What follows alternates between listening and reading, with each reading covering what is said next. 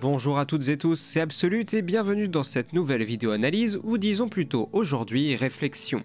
En effet, nous sommes maintenant en 2022 et Star Wars a déjà été porté à 3 reprises sur le petit écran via la plateforme de streaming Disney+.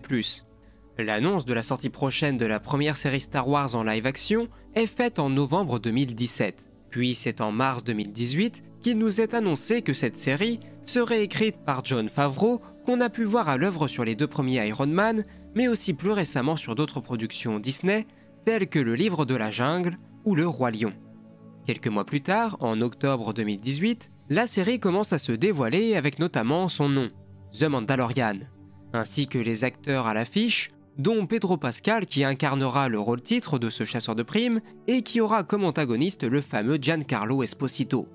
4 ans plus tard, The Mandalorian compte désormais 2 saisons qui ont rencontré un franc succès, ainsi qu'une saison qu'on pourrait appeler spin-off qui doit mettre en avant le personnage de Boba Fett, dont le succès a été marqué par le mécontentement des fans qui ont trouvé le traitement du personnage de Boba Fett insuffisant, notamment à travers les premiers épisodes dont certains passages étaient très clairement faiblards.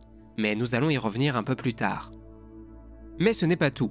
Lors de la Walt Disney Company's Investor Day, Kathleen Kennedy, la PDG de Lucasfilm, s'est chargée d'annoncer les noms de tout un tas de projets en cours de développement et parmi ces projets, on pouvait retrouver tout un tas de séries dérivées de The Mandalorian qui seraient amenées à étendre l'univers de Star Wars en s'appuyant sur tout un tas de personnages que le Mandalorien interprété par Pedro Pascal avait été amené à croiser lors de ses aventures. Et parmi ces séries, nous pouvons citer Boba Fett, même si elle n'a pas été annoncée lors de cet événement, cependant elle rentre dans ce schéma, mais aussi la série Ahsoka et la série Rangers of the New Republic. Ces séries avaient notamment pour point commun d'être chapeautées par le duo Favreau-Filoni. Concernant la première, le tournage de la série Ahsoka devrait bientôt débuter. Et concernant la seconde, nous n'en avons plus aucune nouvelle. Celle-ci devait certainement mettre en scène le personnage de Cara Dune, mais suite aux différents problèmes rencontrés en interne avec l'actrice, Kathleen Kennedy elle-même a été forcée d'avouer que le développement de cette série n'avait jamais été extrêmement poussé. Et vous allez voir, rien que cette petite phrase suffit à témoigner de tout un tas de petits problèmes que peuvent rencontrer selon moi les séries Star Wars à l'heure actuelle. Et le premier point que j'ai envie d'aborder, et c'est assez triste de le dire, mais c'est quelque chose que l'on retrouvait déjà dans la postlogie, c'est qu'il y a selon moi un manque de prévoyance ou tout du moins un problème d'écriture flagrant. Je m'explique. Aujourd'hui, de manière générale, tout le monde s'accorde à dire que le problème majeur des épisodes 7, 8 et 9 est le manque de cohérence globale entre ces différents chapitres de la saga, et que l'histoire qui nous est racontée aurait dû être planifiée à l'avance. Les équipes créatives auraient dû savoir dès la production de l'épisode 7 où elles allaient, pour écrire une histoire qui se tiendrait de bout en bout afin de conclure correctement cette saga. Et bien ici, et même si le souci n'est pas totalement le même, car je pense déjà que le fait d'avoir sur chacune de ces séries le duo Filoni-Favreau nous permet de nous assurer d'avoir l'assurance qu'ils savent vers quoi ils veulent aller.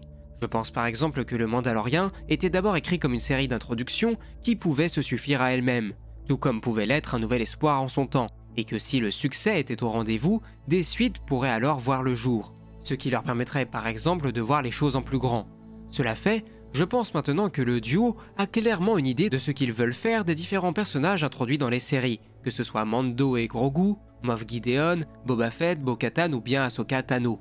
Le souci n'est donc pas le manque de prévoyance, mais il est ailleurs. Et là c'est un problème que moi je soulève, mais qui pourrait ne pas en être un pour tout le monde. Ce problème est le suivant. La qualité des épisodes de ces diverses séries qui nous ont été offertes est tout à fait inégale. On a par exemple eu droit à des chapitres exceptionnels, ou en tout cas très bons et plaisants à voir, comme l'épisode 3 de la saison 1 de Mando, ou bien le 5e de la saison 2, mais dans le même temps, alors qu'énormément de choses peuvent nous être offertes dans ces épisodes, nous avons aussi des chapitres, comme les 2e épisodes des 2 premières saisons, qui ne racontent pas grand chose. Certes, celui de la saison 1 nous apprend que Grogu est sensible à la force, mais il y avait probablement une méthode plus intéressante pour le faire, que de nous raconter une chasse à l'œuf de rhinocéros. Bref, j'ai la sensation que certains épisodes ont énormément de choses à raconter, comme par exemple le 6e du livre de Boba Fett, tandis que pour d'autres, le script pourrait littéralement tenir sur un post-it. Cela se ressent particulièrement sur la durée des épisodes d'ailleurs. On passe assez régulièrement d'épisodes qui dépassent péniblement les 30 minutes, à des épisodes qui avoisinent des durées plus standards de séries avec 45 ou 50 minutes au compteur. Rien que cela est déjà un témoin, selon moi, du manque de régularité que l'on peut trouver dans l'écriture de Jon Favreau, qui est, comme vous l'aurez compris, très inégale. Ce problème était particulièrement visible dans la série Boba Fett, puisque nous avons tous été surpris de découvrir que le développement du personnage était clairement en deçà de ce que l'on pouvait attendre.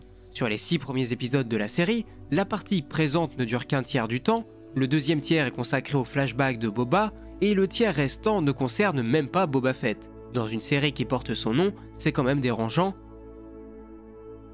On a donc la sensation que Favreau avait une idée globale, celle de faire devenir Boba Fett le nouveau seigneur du crime, et nous raconter comment il avait survécu entre le retour du Jedi et cette renaissance. Mais même cela est gangréné par de nombreuses facilités d'écriture. Il est par exemple difficile de comprendre combien de temps Boba passe chez les Tusken.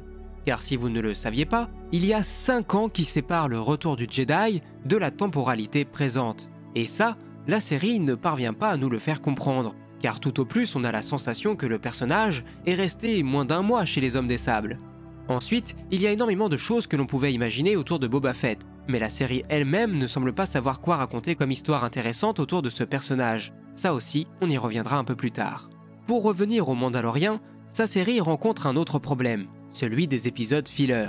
À combien de reprises nous nous sommes retrouvés face à un épisode qui, au lieu de faire avancer l'intrigue autour des Mandaloriens ou de Grogu, nous faisait suivre le Mando à travers une quête consistant la plupart du temps à aider un autre personnage ou à réaliser une quête quelconque. Je sais que c'est quelque chose qui personnellement me dérangeait, cependant je suis prêt à admettre que c'est un problème tout à fait subjectif. Mais de mon côté, j'avais toujours l'impression que lorsque la série se préparait à aller de l'avant, celle-ci freinait d'un coup et déviait de son fil rouge pour me raconter quelque chose dont je n'avais pas forcément grand-chose à faire. Et ça, personnellement, ça avait tendance à m'agacer. Bref, tout cela pour dire qu'on a l'impression que Favreau et Filoni avaient une idée bien claire de l'histoire qu'ils souhaitaient raconter, mais on a aussi la sensation qu'on les a obligés à étendre leur histoire sur plus d'épisodes que nécessaire. Le deuxième problème majeur que j'aimerais évoquer, c'est celui du marketing. Mais ce problème-ci touche surtout la série Boba Fett. La communication autour de celle-ci s'est faite très tardivement, le premier trailer n'apparaissant que le 1er novembre, 2 mois seulement avant le début de la série. Mais maintenant, penchons-nous sur ce que les trailers nous présentaient. On comprenait très vite que nous allions suivre Boba Fett après la scène post-générique que l'on retrouvait dans la saison 2 de The Mandalorian, et nous allions ainsi suivre le personnage dans sa nouvelle vie de seigneur du crime. Et au final, qu'est-ce que la série nous a donné ? Eh bien, à première vue et dans sa globalité, c'est clairement une déception.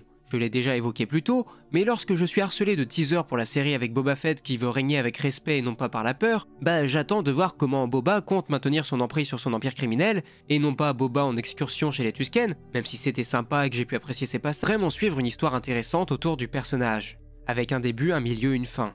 Il en résulte donc que la série a clairement été mal marketée, ou tout du moins qu'elle nous a trompés, nous les spectateurs, en nous promettant des choses que nous n'avons pas eues. J'aimerais maintenant aborder un petit problème autour de ces séries, c'est la question de l'argent.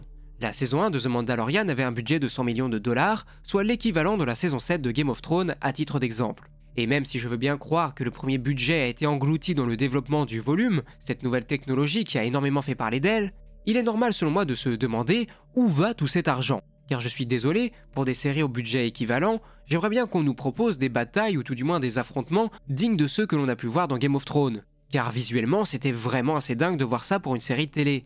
De voir des plans aussi travaillés avec des batailles rangées mobilisant énormément de troupes. Alors savoir que The Mandalorian a le même budget et est limité à de petites escarmouches, dans des endroits particulièrement fermés, je trouve ça assez bizarre et particulièrement dommage.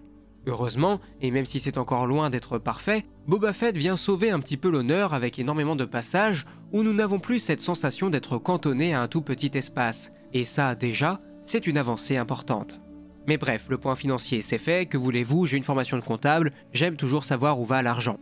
Mais maintenant, je vous propose de voir ensemble le dernier point que je souhaitais aborder, avant de vous proposer ma solution pour améliorer tout ça, et ce problème, c'est celui du fanservice.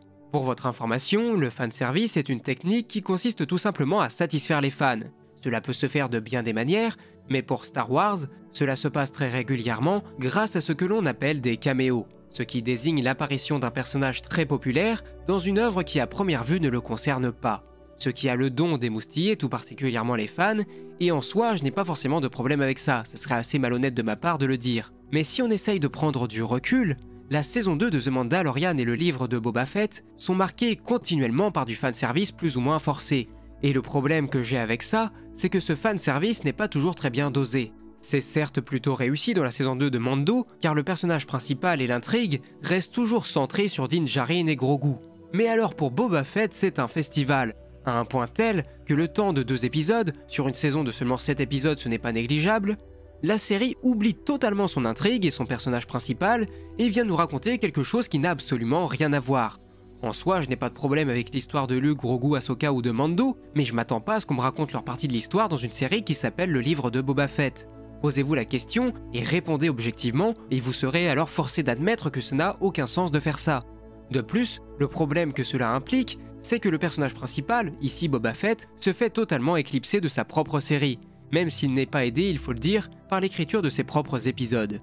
Mais si vous essayez vous aussi de reprendre du recul, et essayons de nous projeter quelques années dans le futur, pourquoi nous souviendrions-nous de cette série ? Pour l'histoire de Boba, ou pour les apparitions de Din Djarin, ou pour la première rencontre entre Luke et Ahsoka ? C'est une question qu'il faut vous poser.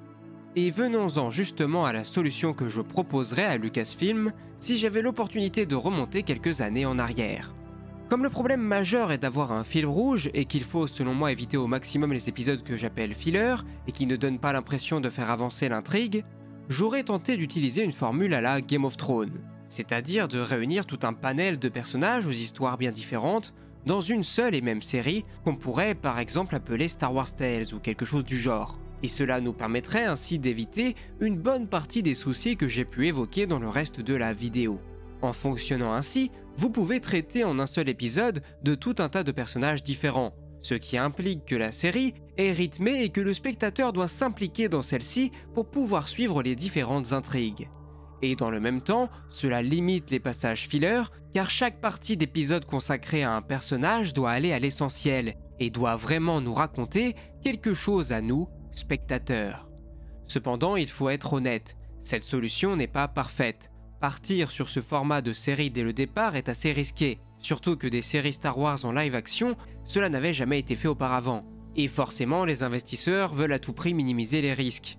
Mais dans le même temps, si on nous avait vendu dès 2018 que la première série Star Wars mettrait en scène à la fois les aventures de nouveaux protagonistes mais aussi des personnages bien connus, tels qu'Ahsoka Tano, Bo-Katan, Boba Fett ou Luke Skywalker après le retour du Jedi, je pense que rien que cette annonce aurait suffi à faire exploser Internet.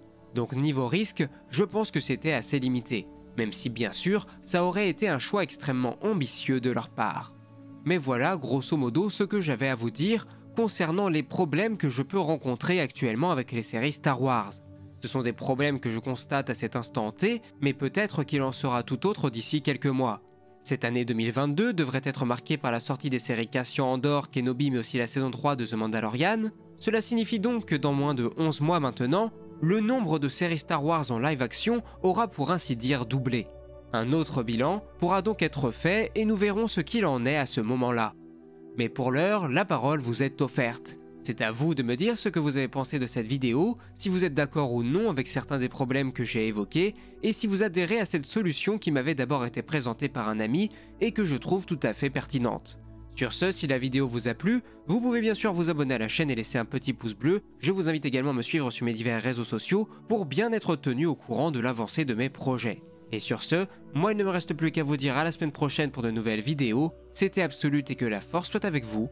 Ciao.